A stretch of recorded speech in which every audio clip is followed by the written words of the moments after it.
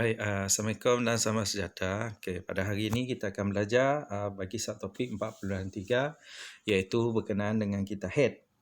Okay, mari kita belajar dulu berkenaan dengan berkomunikasi mengenai kita head dan urutan perubahan pada dinding uterus semasa head, menghubung kaitkan waktu subuh kita head dengan proses persenyawaan dan mewajarkan kepentingan menguruskan kebersihan diri semasa head. Baik, kalau kita lihat eksplorasi sains, head seorang perempuan akan berhenti apabila sudah putus head atau menopause, iaitu pada umur seawal 48 tahun sehingga 55 tahun. Okey, di antara itulah yang mana perempuan boleh mengalami putus head pada seawal 48 tahun. Di antara itulah sampai 55 tahun. Ada juga lewatlah sampai 60, bergantung kepada rezeki masing-masing. Okey. Seperti mana yang saya telah beritahu pada satu topik pada sebelum ini, yang mana perempuan ini dia boleh mengalami head seawal 9 tahun, 8 tahun. Okey, itu terpulanglah. Ada juga yang lewat sampai berbelasan tahun, sampai 20 tahun pun ada. Okey. Ini kita belajar berkenaan dengan head, bagaimanakah proses-proses itu berlaku. Okey. Perempuan akan mula mengalami head apabila mencapai akhir balik. Okey, head merupakan tanda bermulanya kita head bagi setiap perempuan, dan head ialah peluluhan lapisan dinding uterus dan darah yang mengalir melalui faraj. Kita head pula merujuk kepada satu kita perubahan yang berlaku pada dinding uterus dan ovari. Kita head juga melibatkan pembentukan dan pembebasan telur yang matang. Okey, dan kita head ini dikawal oleh otak dan sistem endokrin yang membebaskan hormon. Perempuan normal mengalami kita head kira-kira 28 hari dan berbeza-beza mengikut individu. Okay, terdapat beberapa faktor yang mempengaruhi kita head seperti pengambilan nutrien, perubahan berat badan secara mendadak, perubahan emosi dan juga tekanan mental. Okay, seperti mana yang kita lihat pada gambar rajah kita head ini. Kita head ini kalau dilihat daripada gambar rajah bulatan ini, yang mana kita head ni dia ada 4 fasa. Pertama, kita ada fasa head. Yang keduanya adalah fasa pemulihan lapisan uterus. Fasa yang ketiga adalah fasa subur, dan fasa yang keempat adalah fasa pra-head. Fasa head ini dia akan mulanya terjadi apabila seseorang perempuan itu mengalami pendarahan, luluhan darah tadi pada dinding uterus itu. Pada hari itu dia mengalami head, itu yang kita kenali dia sebagai pada hari yang pertama, iaitu hari fasa head. Okey. Fasa head ini dia hari pertama fasa head. Dari hari pertama sampai hari kelima berlakunya luluhan darah pada dinding uterus, yang mana dinding uterus itu collapse, dia runtuh.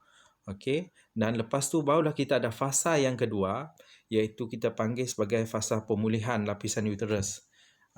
Dah dia luruh tadi, dia ada waktu dia rehatlah, waktu dia untuk pilih, iaitu daripada hari ke-6 sampai hari ke-11, manakala hari 12 sampai hari 17 iaitu hari pengovulan, iaitu bermulanya pada hari ke-12 sehingga hari 17. Tetapi waktu subuhnya, waktu yang paling tepatnya, yang mana ovari mengeluarkan ovum adalah pada hari ke-14.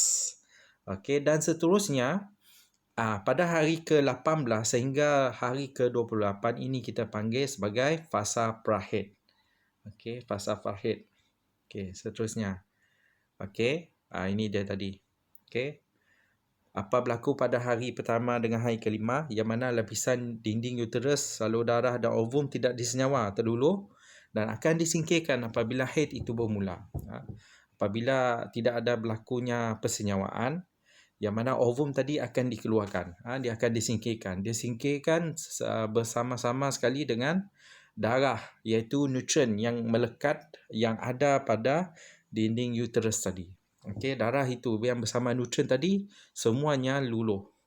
Okey, pada hari 6 sampai hari ke-11 fasa pemulihan juga pula, iaitu dinding uterus mula dibina semula dan menebal. Okey, salur darah pada dinding uterus mula terbentuk dan bersedia untuk menerima penempelan sel yang telah disenyawakan. Maksudnya pada waktu ini ovum tadi belum dibebaskan, tetapi berlakunya pemulihan bagi dinding uterus. Pada hari ke-12 hingga hari 17 ini kita panggil pada fasa subur, yang mana ovum itu dibebaskan, okey, dari ovari, paling tepatnya pada hari ke-14, okey. Dan dinding uterus dan salur darah dia terus berkembang. Jika ada sperma, persenyawan mungkin akan berlaku pada masa ini. Yang mana kalau kita lihat di sini ovum dihasilkan di ovari dan dia melalui tube falopio sekarang, dia menuju di tube falopio. Kalau ada kehadiran sperma, maka insya-Allah akan berlakunya persenyawaan berlaku pada tube falopio. Bila dah berlakunya persenyawaan, barulah telur tadi dia akan bergerak pergi ke uterus dan menempel. Okey, sekiranya tidak ada, dia akan melalui fasa prahed, iaitu pada hari ke-18 hingga hari ke-28. Pada fasa ini, dia dinding terus menebal dan kaya dengan salur darah. Jika berlaku persenyawaan, penempelan embrio akan terjadi di uterus. Okey, dan kita head akan berulang semula sekiranya persenyawaan dia tidak berlaku. Ini yang berlakulah. Okey, pada hari fasa prahed ini dinding dia terus menebal. Sekiranya berlaku persenyawaan, dia akan menempel di bahagian uterus. Tetapi kalau tidak ada penempelan berlaku, yang mana ovum tadi dia akan disingkirkan sekali dengan darah yang mempunyai nutrien ini lagi. Ini tadilah semuanya akan diluruhkan, disingkirkan dan berlaku dah fasa pertama lagi. Dia akan berulang-ulang. Dan fasa ini dia mengambil masa sampai ke 28 hari. Okey, kalau kita lihat pada gambar rajah ni. Okey. Ni gambar rajah. Baik, gambar rajah bagi kita head ini, kalau kita lihat di sini. Okey, ini yang lengkaplah gambar rajah bagi kita head. Kalau lihat pada gambar rajah ni, saya besarkan. Okey. Kalau lihat pada waktu ni ada. Okey, dia nampak di sini pada hari dia. Okey, saya pusingkanlah. Okey. Pada hari pertama. Okey. Yang di bawahnya lah. Kalau lihat di bawahnya ada 1, 2, 3, 4, 5, 6, 7, 8. Itu adalah bilangan hari sampai hari ke-28. Kalau kita lihat pada gambar rajah ni, dia lengkap. Iaitu dia berkenaan dengan, kalau lihat yang pertama tu, histologi endometrium. Itu adalah ketebalan dinding uterus. Kalau kita lihat ketebalan dinding uterus, dah pada hari pertama sampai hari ke-7. Tengok dia. Okey. Hari pertama sampai hari ke-7. Lepas tu kalau kita lihat di sini, yang keduanya kita ada hormon. Hormon ada 1, 2, 3, ada 4 lah. Kita ada hormon perangsang folikel, kita ada estradiol. Lepas tu kita ada hormon pilutein dan kita ada progesteron. Okey, ini adalah antara 1, 2, 3, 4 hormon-hormon yang penting semasa berlakunya proses head ni tadi.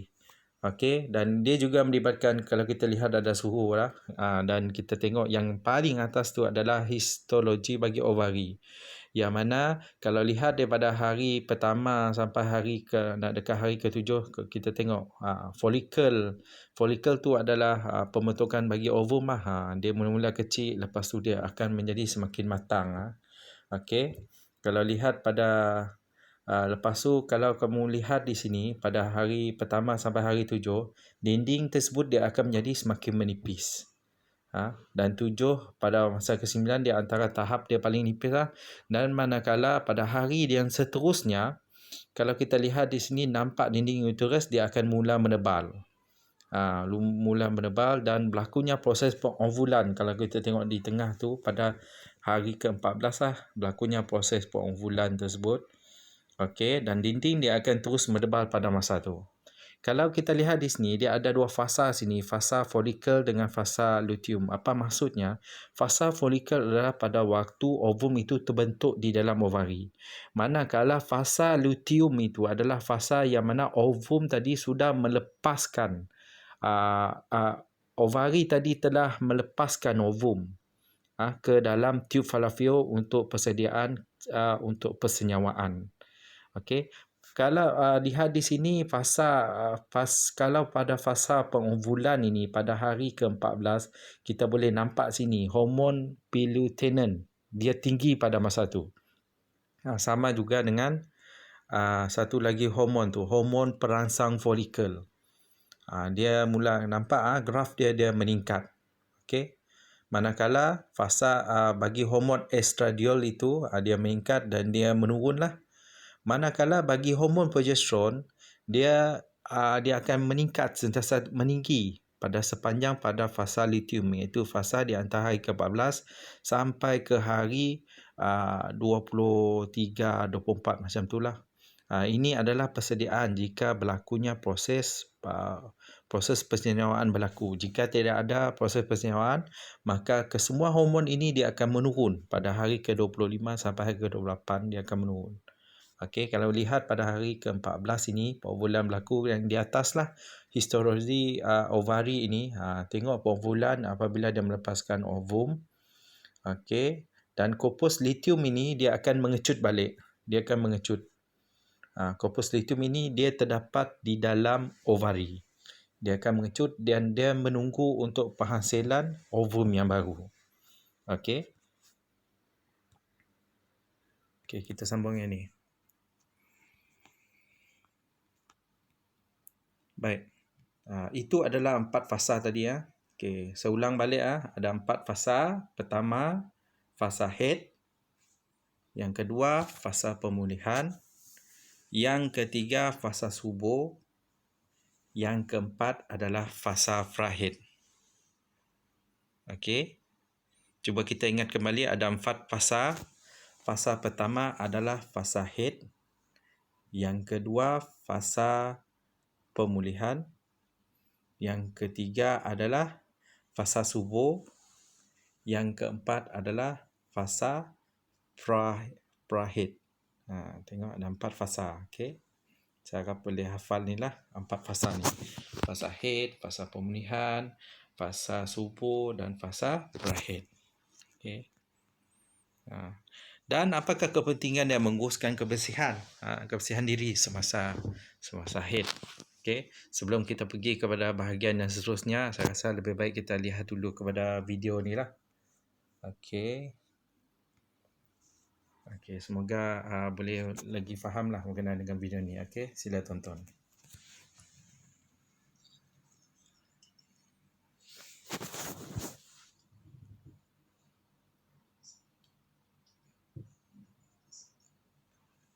Darah haid ialah darah dan tisu-tisu lain yang keluar daripada faraj selama beberapa hari pada setiap bulan.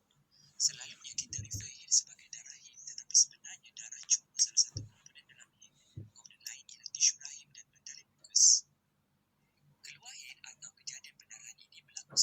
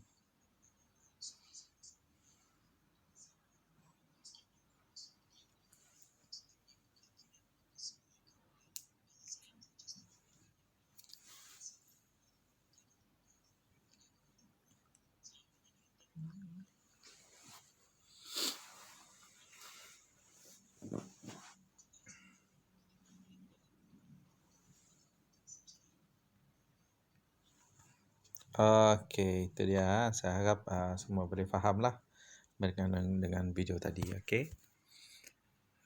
Okey. Seterusnya, kita belajar berkenaan dengan kepentingan mengurus kebersihan diri semasa haid. Okey, kalau berkenaan dengan fasa-fasa haid ni tadi, saya rasa perempuan dia lebih arif lah berkenaan dengan fasa-fasa haid. Okey. Baik, kepentingan menguruskan kebersihan diri semasa haid. Okey. Penjagaan kebersihan diri semasa haid adalah sangat penting bagi memastikan sistem pembiakan tidak dijangkiti oleh mikroorganisma seperti bakteria, virus dan kulat. Jadi, apakah cara yang penting untuk menguruskan diri semasa haid? Okey, yang pertama adalah semasa haid, wanita perlu sentiasa menukar tuala wanita 3 ke 4 kali sehari untuk menghindari jangkitan bakteria dan virus yang boleh menyebabkan jangkitan salur kencing. Ini perlu diambil perhatian. Yang mana jika seorang yang datang haid, terutamanya pada hari pertama, hari kedua, hari ketiga, dia perlu kerap menukar sebab pada masa tu darah haid tu akan sentiasa dia keluar dengan begitu banyak. Okey, bila dia keluar dengan begitu banyak adalah sangat penting untuk sentiasa menukar dan sentiasa mencuci lah. Bukan apa, darah ini dia akan menarik perhatian bagi bakteria, virus, kulat untuk berada dekat sana. Kenapa? Sebab darah tadi dia mengandungi banyak nutrien yang asalnya dekat dengan uterus. Banyak nutrien ini dia akan menarik perhatian bagi pembiakan bagi bakteria ni tadi.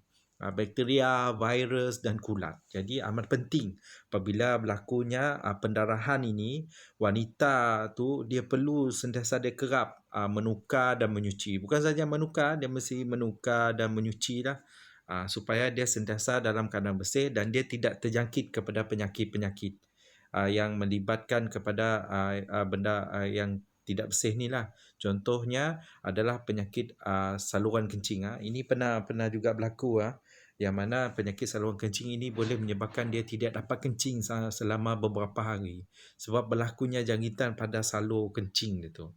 Okey, yang kedua, wanita haid digalakkan untuk mandi dengan kerap untuk membersihkan tubuh badan. Okey. Kerap mandi untuk membersih, tak ada lain. Fungsinya adalah untuk membersihkan lah. Okey.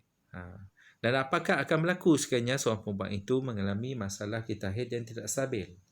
Contohnya kita haid dan tidak stabil merujuk kepada seorang yang tidak mengalami haid pada setiap bulan, kita haid terlalu panjang ataupun terlalu pendek dan fasa haid yang melebihi 15 hari. Masalah ini mungkin disebabkan oleh beberapa faktor seperti pertambahan berat badan, masalah hormon, gangguan emosi, senaman yang berlebihan dan juga boleh disebabkan oleh ketumbuhan di dalam rahim. Okey. Semua itu adalah faktor yang boleh mengganggu kepada kita haid. Ada juga orang tepat dia 28 hari dia keluar. Ada setengah orang sampai setahun sampai setengah tahun tak keluar darah haid. Setahun sekali dia keluar darah haid. Maksudnya ada masalah di situlah. Jadi kalau ada mengalami fasa haid yang tidak betul ni, perlu dirujuk kepada doktor lah. Doktor dia akan menerang, dia akan periksa lah yang mana apakah yang menyebabkan fasa haid tu dia menjadi tidak betul. Tapi yang kita pasti di sini, kalau ada fasa haid dia tidak betul, memang dia ada masalah lah bagi perempuan tu. Dia memang ada masalah. Jadi dia perlu dirujuk kepada doktor. Baik, ini dia. Kita haid yang tidak stabil boleh memberikan kesan buruk terhadap kesihatan seorang wanita. Antara kesan kita haid yang tidak stabil kepada wanita ialah pertama, kemandulan. Kita haid yang tidak stabil merupakan tanda awal mengalami masalah sistem pembiakan. Rawatan yang lambat boleh menyebabkan masalah kesihatan serius seperti kanser ovari, kanser cervix dan kanser uterus. Yang ini perlu diambil perhatian lah jika kita mengalami kita haid yang tidak betul sampai berbulan-bulan dan bertahun lamanya. Jadi perlu dirujuk kepada doktor. Dia akan periksa balik lah kenapa benda ni berlaku. Dan juga berlakunya kesukaran merancang keluarga. Kita haid yang tidak stabil menyebabkan seorang wanita mengalami kesukaran untuk menentukan hari subur. Hal ini menyebabkan wanita tersebut sukar untuk merancang atau mencegah kehamilan. Sebab waktu subur ni adalah waktu hari penting. Untuk perempuan tu dia tahu waktu itu dia subur, yang mana ovum telah dikeluarkan dan ovum itu sudah bersedia pada waktu tu untuk disenyawakan oleh sperma. Okey, kalau bagi wanita yang nak mahu anak, waktu subuh tu adalah waktu hari yang antara hari yang penting lah dia kena ingat, supaya sperma tadi boleh bersenyawa dengan ovum tadi pada hari tersebut. Okey. Yang ketiganya, masalah kesihatan anemia. Kita haid yang tidak teratur boleh menyebabkan haid yang berpanjangan. Hal ini menyebabkan berlakunya kehilangan darah yang banyak dan tubuh badan menjadi lemah dan mudah pingsan. Ini juga adalah merupakan satu masalah. Kalau kita haid, dia tak berhenti, dia sentiasa keluar, boleh menyebabkan anemia. Darah selalu banyak keluar. Bila banyak keluar, jadi kita kekurangan oksigen, kekurangan nutrien juga di dalam badan, dan juga boleh menyebabkan badan menjadi lemah dan mudah pingsan. Baik, kita berbincang berkenaan praktis formatif 4.3. Yang pertama, terangkan fasa-fasa dalam kita haid. Adakah anda ingat fasa-fasa dalam kita haid? Ada berapa fasa? Fasa-fasa dalam kita haid ada 4. Yang saya terangkan tadi ada 4. Yang pertama fasanya apa? Pertama adalah fasa haid. Yang kedua adalah fasa pemulihan. Yang ketiga adalah fasa subuh. Yang keempat adalah fasa prahaid. Okey. Itu adalah fasa-fasa dalam kita haid. Okey, yang kedua, pada umur berapakah seorang wanita akan mula didatangi haid dan berapa lamakah tempoh haid itu berlaku? Umur berapa? Seawal berapa tahun? Seawal 8 tahun, 9 tahun dah mula haid datang, dan berapa tempoh haid itu berlaku? Itu adalah mengikut perempuan lah. Ada setengahnya seawal 48 tahun sehingga 55 tahun. Ada juga sampai 60 tahun. Sebab kita juga ada mendengar berita yang mana seorang wanita sudah 60 tahun dia mengandung lagi pada umur 60 tahun. Mengikut rezeki masing-masing. Alhamdulillah. Pada nombor 3, soalan yang ketiga, apakah perovulan? Dan di manakah biasanya berlaku proses perovulan berlaku? Apakah dia proses perovulan tadi? Yang mana proses perovulan? Ini dia proses perovulan. Okey, proses perovulan adalah proses di mana telur itu dikeluarkan, ovum itu dikeluarkan pada waktu bila? Pada hari ke-14. Hari ke-14 kalau nampak di sini perovulan. Perovulan adalah hari di mana ovari mengeluarkan ovum ke tiub fallopian. Okey. Baik, seterusnya. Yang keempat, adakah benar bahawa anda tidak boleh membasuh rambut, meminum air sejuk dan memakan aiskrim atau bersukan semasa haid? Jelaskan jawapan anda. Soalannya, adakah benar? Itu terpulanglah. Tapi yang setahu saya, kalau ada setengah-setengahnya berpegang pada pantang. Jika meminum air sejuk akan menyebabkan darah haid sentiasa keluar dengan lebih banyak. Makan aiskrim kan sejuk menyebabkan haid keluar dengan banyak.